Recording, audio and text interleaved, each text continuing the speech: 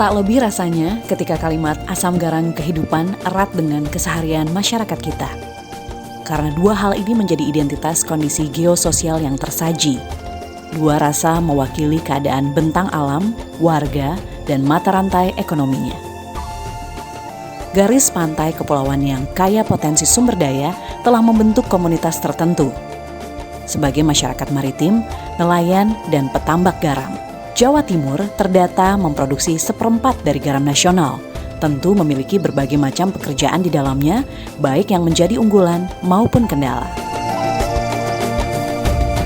Saat ini Jawa Timur memiliki kurang lebih 7.300-an atau 6.780 orang petambak garam, dengan total kelompok petani sebanyak 730-an atau 747 kelompok. Luas lahan garam mencapai sekitar 5.900-an hektar atau 8.006,61 hektar tersebar di 13 kabupaten. Beberapa di antaranya adalah Kepulauan Madura. Dengan kolaborasi dari pemangku kebijakan, dunia industri dan petambak garam diharapkan bisa meningkatkan produksi garam dalam rangka swasembada garam nasional. Namun, dengan banyak faktor pendukung tersebut tidak serta-merta tanpa masalah.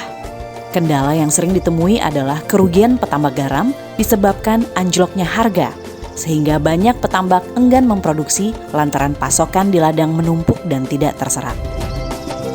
Salah satu program yang dimotori oleh Dinas Kelautan dan Perikanan Provinsi Jawa Timur adalah Perempuan Berdaya di bidang kelompok usaha garam rakyat. Kelompok usaha ini dibentuk di tingkat paling dasar di desa-desa, dengan tujuan petambak makin teredukasi, menghasilkan garam lebih banyak dan lebih berkualitas, sehingga bisa terserap di industri berbagai skala. Salah satunya adalah kelompok usaha garam rakyat Dharma Bakti 6, berada di Desa Bunder, Kecamatan Pademawu, Pamekasan. Perempuan-perempuan pada kelompok ini diberikan edukasi melalui program kerja PKK. Edukasi mendasarnya bagaimana mengelola garam raw menjadi setengah jadi agar meningkat nilai jual. Pekerjaan petambak garam yang secara tradisi dipandang sebagai pekerjaan sampingan dan didominasi gender tertentu, diubah perspektif dan pengelolaannya melalui program Perempuan Berdaya. Pada banyak kondisi di lapangan, tidak jarang ditemui peran perempuan juga dominan dalam pekerjaan produksi garam. Dengan menumbuhkan embrio-embrio kelompok usaha semacam ini, akan memacu petambak garam berpeluang untung besar. Seperti kelompok Dharma Bakti 6 yang diketuai Aryani. Dengan anggota sebanyak 10 orang, terdiri dari 5 perempuan dan 5 orang laki-laki, mampu memanen garam tiap 2 minggu sekali. Seorang ibu menjadi ketua di desa sangat bagus dan saya mendukung atas adanya kelompok petani garam yang diketuai oleh seorang wanita. Dan juga saya sangat berterima kasih kepada Ibu Ketua yang mana sudah membantu di desa bagi para ibu-ibu yang belum mempunyai pekerjaan, sudah dapat menghasilkan pekerjaan dan bisa membantu keluarga. Yang mana dari hasil petani garam bisa menyekolahkan anak-anaknya sampai di universitas dan sampai menjadi seorang polisi. Dan harapan saya sebagai kepala desa Bunder, yang mana juga ada BUMDesnya di desa Bunder, bisa mengangkat seorang ibu-ibu yang ada di desa Bunder yang kebetulan banyak yang belum bekerja dan bisa menghasilkan pekerjaan sebagai penggarap garam yang ada di desa kami. Harapan kedepannya semoga lebih baik lagi di tahun-tahun berikutnya. Aryani melakoni sebagai petambak garam sudah cukup lama. Sebelumnya, pengelolaan dan pengolahan lahan tambak yang dimiliki dilakukan secara konvensional. Berbekal kebiasaan dan tradisi, butir per butir garam telah menjadi kegiatan ekonomi keluarga perempuan 48 tahun ini. Dulunya itu suami yang kerja, terus suami saya sekarang sakit, jadi saya gantiin. Terus pas pembikinan kelompok, saya dipilih jadi ketua sama anggota. Ya waktu mau panen, saya itu selesain dulu pekerjaan di rumah terus berangkat ke sini. Nanti selesai dari sini dilanjutin pekerjaan yang di rumah gitu. Di ladang garam kalau waktu panen gini paling 2 jam. Alhamdulillah suami saya mendukung, soalnya dia mau kerja sendiri gak bisa gitu.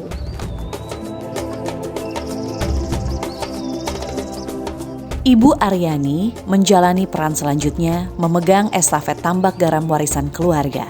Bertepatan pula dengan program edukasi petambak garam, maka Dharma Bakti 6 terbentuk tahun 2011 dengan Aryani sebagai ketua.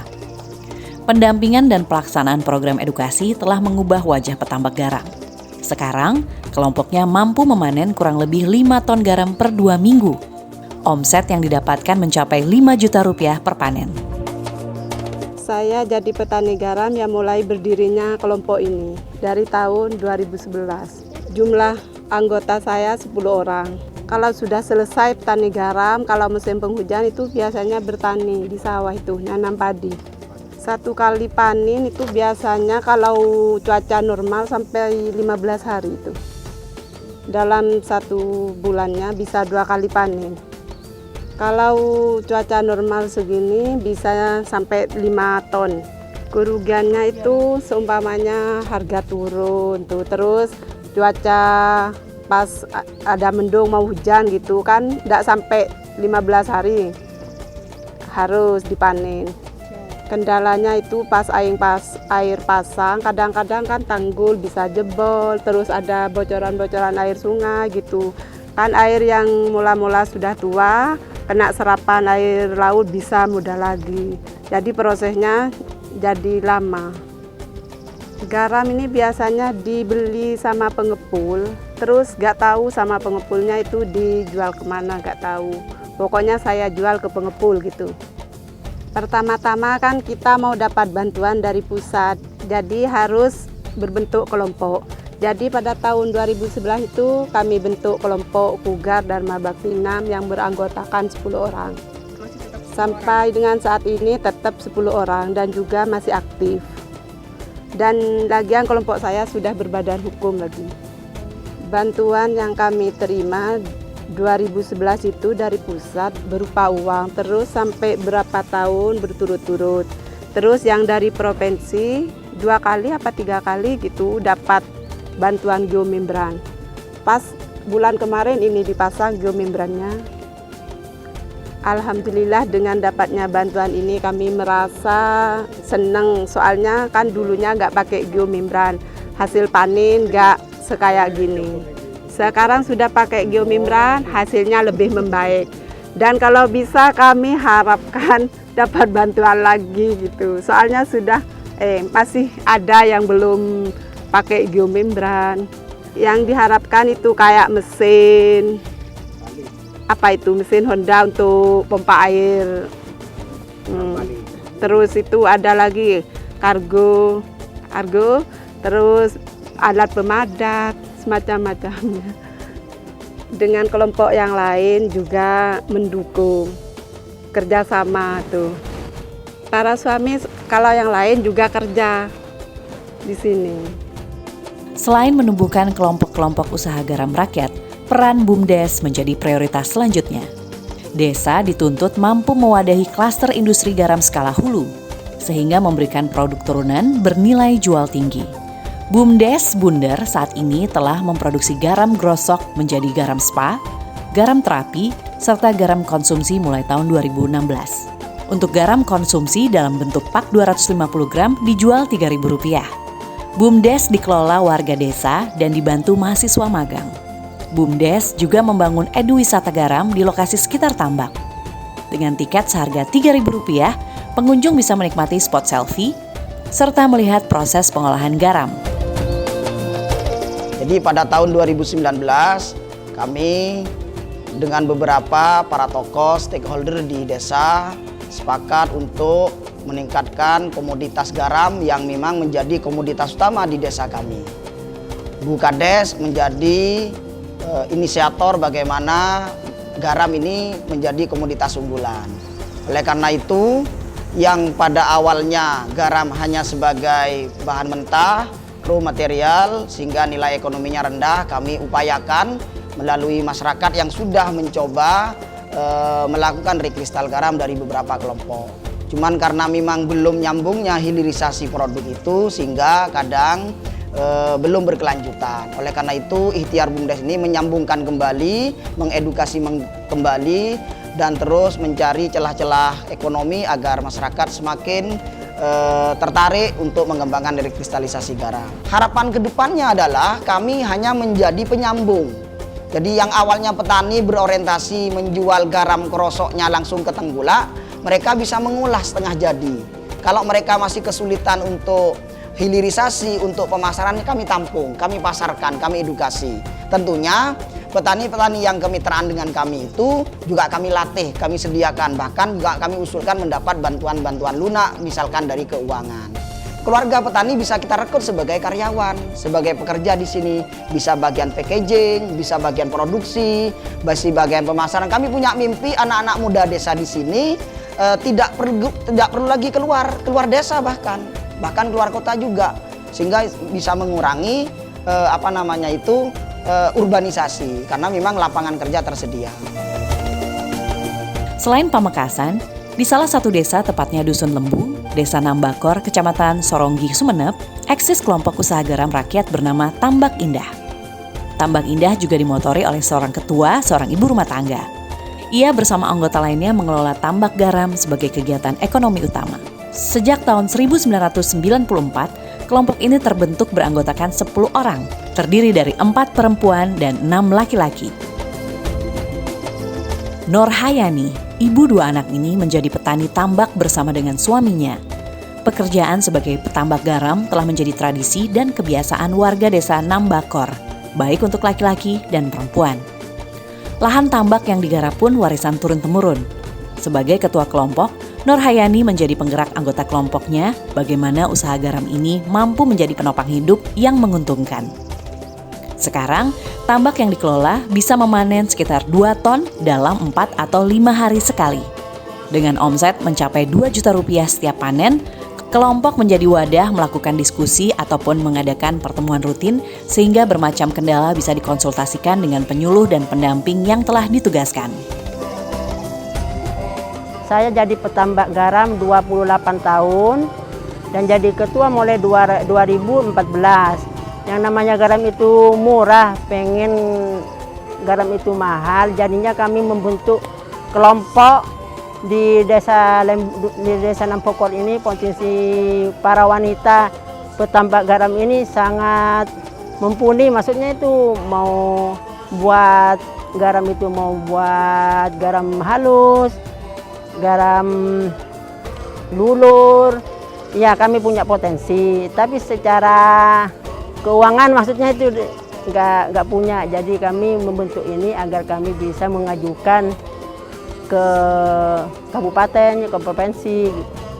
Sejarahnya itu kalau di sini memang mulai dari dulu itu memang petambak garam. Kami turun menurun dari orang tua kami. Jadinya kalau mau kerja di luar itu kan nggak mungkin apa diterima apa enggak. Kalau petambak garam ini kan kami sudah punya. Jadinya kami kerjakan yang ada aja di sini. Alhamdulillah banyak yang didapat dari pemerintah seperti bantuan polybag, pas kereta dorong, sama timbangan, sama alat mengkais garam, kincir air dan lain-lain itu. Kalau dukungan dari keluarga, alhamdulillah kami saling membantu, saling mendukung. Soalnya kerjanya kami memang berdua sama keluarga. Suami tidak menghalangi saya untuk menjadi petambak. Soalnya suami itu kan orang luar, saya yang petambak aslinya saya ini. Jadinya suami ikut saya itu. Harapan saya sebagai ketua kelompok, mudah-mudahan dengan adanya kelompok ini, kelompok kami menjadi kelompok yang sukses, yang kehidupan kami biar agar bertambah gitu. Tergantung airnya, tergantung harinya. Kalau airnya banyak, harinya itu bertambah kan. Kalau 10 hari bisa-bisa 100 karung lebih, tapi tergantung airnya juga. Kalau airnya sedikit itu bisa-bisa 20 karung. Kalau sekarang 60.000. Iya, per karung. Kalau cuma 1 minggu atau 5 hari. Kalau sampai 10 hari, setengah bulan itu bisa-bisa 5 juta. Kalau untuk harga yang sekarang, harganya kan mahal sekarang. Alhamdulillah dari hasil garam kami bisa menyekolahkan anak sampai ke kuliah, fakultas, bisa membangun rumah, bisa beli sepeda motor. Alhamdulillah semenjak tahun 2020 saya menjadi kadus kepala dusun di desa Nampokor. Ya ada, setiap ada pertemuan, kalau ada yang membicarakan masalah garam, saya sampaikan kepada narasumbernya itu yang dari provinsi, yang dari Sumeneb itu, bahwa garam ini waktu itu kan masih murah. Jadi saya itu membicarakan kepada bapak-bapak di situ, bilang kalau tolong perhatikan harga garam dan juga masalah air itu, Bu. Soalnya kan kalau di sini kan kadang-kala banjir itu. Jadi kami minta bantuan untuk pengerukan sungai itu kepada instansi-instansi itu, Bu. Dengan berbagai keberhasilan, pengelolaan garam hulu yaitu petambak garam menjadi pijakan bahwa usaha garam rakyat bisa dimaksimalkan kuantitas dan kualitasnya. Meskipun pengelolaan garam digawangi oleh banyak perempuan. Terbukti dari kelompok-kelompok yang tidak didominasi gender tertentu, serapan produksi garam diharap bisa terserap oleh industri dan konsumsi yang lebih besar selanjutnya. Maka potensi sumber daya garam dan kelangsungan petambak garam mampu menjadi kekuatan.